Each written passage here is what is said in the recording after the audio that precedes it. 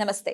Spiritual, motivation, educational వీటికి సంబంధించి interviews ఇవ్వదలుచుకున్న వాళ్ళు కింద నంబర్ కి కాంటాక్ట్ చేయండి. నమస్తే, వెల్కమ్ టు అవర్ ఛానల్. నేను పద్మిని. ప్రస్తుతంతో పాటు ప్రముఖ ఆధ్యాత్మికవేత్త, జ్యోతిష పండితులు, అమ్మవారి సేవకులు, దత్త గణపతి ఉపాసకులు మురళీధర్ శర్మ గారు మనతో పాటు ఉన్నారు. మాట్లాడదాం. నమస్కారం అండి. మహాదేవ శ్రీమాత్రే నమః. ముందుగా మీకు సుబ్రహ్మణ్య షష్ఠి శుభాకాంక్షలు. అమ్మ థ్యాంక్ యూ తల్లి.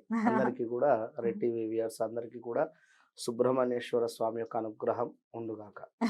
సుబ్రహ్మణ్యేశ్వర స్వామి షష్ఠి మార్గశీర్ష మాసంలో వస్తుంది, అందరికీ విదితమైంది. అయితే చాలా చాలా వైభవంగా చేస్తూ ఉంటారు. ఊర్లలో అయితే చాలా ఉత్సవంగా జరుగుతూ ఉంటుంది సుబ్బారాయుడు షష్ఠి. అయితే ఈ షష్ఠి ఈసారి సోమవారం వస్తోంది. ఎలాంటి వైశిష్ట్యంతో రాబోతోంది షష్ఠి, ఎలా చేసుకోవాల్సి ఉంటుంది ఆ రోజున అనేది తెలుసుకోవాలనుకుంటున్నామండి. తప్పకుండా తల్లి. ముందుగా సుబ్రహ్మణ్యేశ్వర స్వామి అంటే ఒక తెలియని వైబ్రేషన్ ఖచ్చితంగా కూడా. 100%. కనుక స్వామికి సంబంధించి ఎలాంటి పని చేసినా లేదా తనకు సంబంధించినటువంటి ఏ స్తోత్రం కావచ్చును, నామాలైనా లేదా కరావలంబ స్తోత్రం కావచ్చును, ఇలాంటివి ఏవి చదువుకున్నా కూడా ఖచ్చితంగా కూడా ఆ రోజు ఒక పాజిటివ్ వైబ్రేషన్ అనేటువంటిది 100% ఉంటుంది ఖచ్చితంగా కూడా. కనుక ఈ యొక్క సుబ్రహ్మణ్యేశ్వర స్వామి యొక్క షష్ఠి మనకు సోమవారం రోజు రావడం జరుగుతూ ఉన్నది. సోమవారం ఏమిటి అంటే మనకు విశేషంగా లక్ష్మీదేవి అధిపతి సోమవారానికి. సోమవారం లక్ష్మీదేవి అండి, శివుడు గురించి ఎక్కువ. శంకరునికి సంబంధించింది ఓకే, కానీ సోమవారానికి సంబంధించి మనకు శివపార్వతులు అంటే జనరల్గా లక్ష్మికి సంబంధించినటువంటి ఫలితం కూడా మనకు సోమవారం చూసుకోవచ్చు 100% కూడా. కనుక ఈ యొక్క సోమవారం రోజు మనకు షష్ఠి రావడం అనేటువంటిది చాలా విశేషము. ముందుగా కుజదోషం ఉండేటువంటి వారు ఎవరైనా కూడా, లేదా ఇక్కడ కుజదోషము అని మీరు అనుకోవాల్సినటువంటి అవసరం లేదు. ఎవరైతే మాకు కుజదోషం ఉంది అని చెప్పి మీరు ఎవరైతే చెప్పి ఉన్నారో అది యోగమా లేదా దోషమా అనేటువంటిది మీరు తెలుసుకోవాల్సి వస్తుంది అక్కడ. ఎందుకంటే కుజదోషం అనేటువంటిది అందరికీ ఉంటుంది, మ్యాక్సిమం 100లో 90% ఉంటుంది అక్కడ. కానీ అది మనకు కొన్ని సందర్భాలలో ప్లస్ చేసేటువంటి పరిస్థితి ఉంటుంది, మరికొన్ని సందర్భాలలో మైనస్ ఉండేటువంటి పరిస్థితి ఉంటుంది. కనుక అది ముందు మీరు బాగుందా లేదా తెలుసుకున్న తర్వాత రెమెడీ చేసుకోండి. ఏదో ఉంది అని చెప్పి చేసినట్టయితే ఇబ్బంది కలుగుతుంది, దాని ఫలితం వేరే ఉంటుంది. కనుక ఆ రోజు ఈ యొక్క కుజునికి సంబంధించినటువంటి అధిపతి మనకు సుబ్రహ్మణ్యేశ్వర స్వామి. కనుక స్వామికి ఎంతో ఇష్టమైనటువంటిది ఏమిటి అంటే ఒక నైవేద్యం ఉంది ఇక్కడ. చక్కగా కూడా ఆ రోజు కుదిరితే అర్చన ఎక్కడైనా దేవాలయంలో ఉన్నట్టయితే, లేదు ఏదన్నా అభిషేకం వీలైతే అభిషేకము, లేదు అనేటువంటి సందర్భంలో పాలు మరియు అరటి పండ్లు, బెల్లము, అదేవిధంగా మిశ్రి వీటన్నిటితో పాటుగా కాస్త నెయ్యి చక్కగా కూడా వేసి మొత్తము కూడా ఇట్లా మనకు చిలుకాలి. అంటే అరటి పండ్లు కట్ అయిపోయేటువంటి విధంగా, అంతా బెల్లము కలిసిపోయేటువంటి విధంగా అదొక పానకంలాగా అయ్యేటువంటి విధంగా చేసుకోండి. దాన్ని చేసి చక్కగా కూడా స్వామివారికి నివేదనగా ఇచ్చేటువంటి ప్రయత్నం చేయండి. దీని వలన సూపర్ ఫలితం ఉంటుంది. చాలా ఇష్టం మనకు. తమిళ్ వాళ్ళు ఎంతో విశిష్టంగా కూడా ఈ విధమైనటువంటి నైవేద్యం చేయడం జరుగుతుంది. వాళ్ళకి అసలు మురుగన్ అంటే ప్రాణం. అసలు నోరు తీస్తే మురుగా మురుగా మురుగాన్ అని అంటారు. అటు సైడ్ ఎక్కడికి వెళ్ళినా కూడా అవే దేవాలయాలు ఎక్కువగా కూడా ఉంటాయి, విన్నరా? కనుక స్వామివారు అనుగ్రహం అంతా అటే ఉన్నది. లేదు, మనకు కూడా ఉంది ఖచ్చితంగా. మనం కూడా చాలా విశేషంగా సుబ్బారాయుడు అని మనల్ని ఎంతో, అసలు సుబ్బారాయుడు అంటేనే అది ఒక తెలియని ఒక ఆనందం కదా.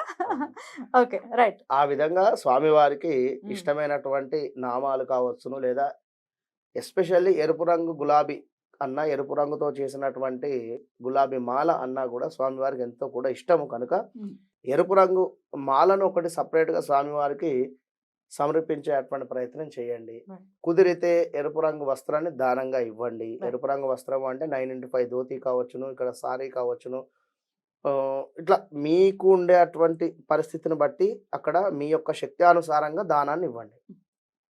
ఇంకా కుదిరితే దానిమ్మ కాయలతో చక్కగా కూడా అభిషేకం చేసుకునేటువంటి ప్రయత్నం చేయండి. ఇక్కడ 90% కూడా దేవాలయంలోనే చేసుకునేటువంటివి ఉంటవి, దేవాలయంలోనే చేయండి. ఇక మేము దేవాలయం లేదు, మా వద్ద వెళ్ళేటువంటి పరిస్థితి లేదు అని అనుకునేటువంటి వారు ఖచ్చితంగా కూడా సుబ్రహ్మణ్యేశ్వర స్వామికి సంబంధించినటువంటి కరావలంబ స్తోత్రం కానీ, లేదా స్వామివారి యొక్క నామాలు ఈ విధంగా చేసుకున్నట్టయితే మంచి ఫలితం ఉంటుంది. Right. షోడశోపచార విధానము అనేటువంటిది ఏమిటి అంటే వాస్తవానికి కూడా ముందుగా ధ్యానము, ఆవాహనము, అటు పిమ్మట స్వామివారికి కడుక్కోవడానికి నీరు అంటే కాళ్ళు, చేతులు, ముఖం ప్రక్షాళము, అటు పిమ్మట చక్కగా కూడా వస్త్రము, యజ్ఞోపవీతము, పసుపు, కుంకుమతో, గంధముతో బొట్టు అలంకరణ. ఇచ్చినట్టుగా మనసులో ఇవన్నీ భావన చేసుకుంటూ అటు పిమ్మట స్వామివారి యొక్క నామాలు చెప్పుకుంటూ 4 పుష్పాలు పెట్టడము. ఇప్పుడు ఎవరినైతే మనము పొగిడితే మనకు పడిపోవడం జరుగుతుంది. అంటే అబ్బా! నువ్వు చాలా బాగా వర్క్ చేస్తావురా నాయనా అని గాని, లేదా నువ్వు చక్కగా మాట్లాడతావని ఏదైనా కూడా ఆనందపడతారు కదా. పొగడడం వల్ల ఖచ్చితంగా కూడా ఎదుటివారి యొక్క మనసులో మన స్థానం అనేటువంటిది సంపాదించుకునేటువంటి పరిస్థితి ఉంటుంది. ఇక్కడ కూడా స్వామివారి యొక్క పూజ చేసుకునేటువంటి సందర్భంలో ఈ నామాలు చెబుతూ ఉంటే ఉదాహరణకు ఓం స్కందాయ నమః, ఓం గురవే నమః, ఓం షణ్ముఖాయ నమః ఇవి చెప్పేటువంటి రిథంలో మీరు గొప్పవారు అంటే మిమ్మల్ని పూజించేటువంటి అదృష్టం మాకు ఈ యొక్క జన్మలో కలిగింది అనేటువంటి భావన, కృతజ్ఞత భావనతో ఆ యొక్క నామాలు చెప్పుకోవాలి. ఏదో పూజ ఉంది నామాలు అని చెప్పి చెప్పేసుకోకుండా ఈ విధంగా చేసుకొని అటు పిమ్మట స్వామివారికి నైవేద్యం, ధూపం, దీపం, నైవేద్యం, అటు పిమ్మట మంగళహారతి. ఈ మంగళహారతి కూడా ఎట్లా అంటే చక్కగా కూడా కుదిరితే ఉంటే వెండి కుందులలో చక్కగా కూడా నెయ్యి పోసి అందులో పువ్వొత్తులు వేసి స్వామివారికి నివేదన చేయండి. హారతి ఇచ్చినట్టు హారతి ఇవ్వండి, చక్కగా కూడా మంచి ఫలితం ఉంటుంది. ఎందుకంటే ఎక్కువగా కూడా కర్పూర హారతి ఇవ్వడం జరుగుతూ ఉంటుంది.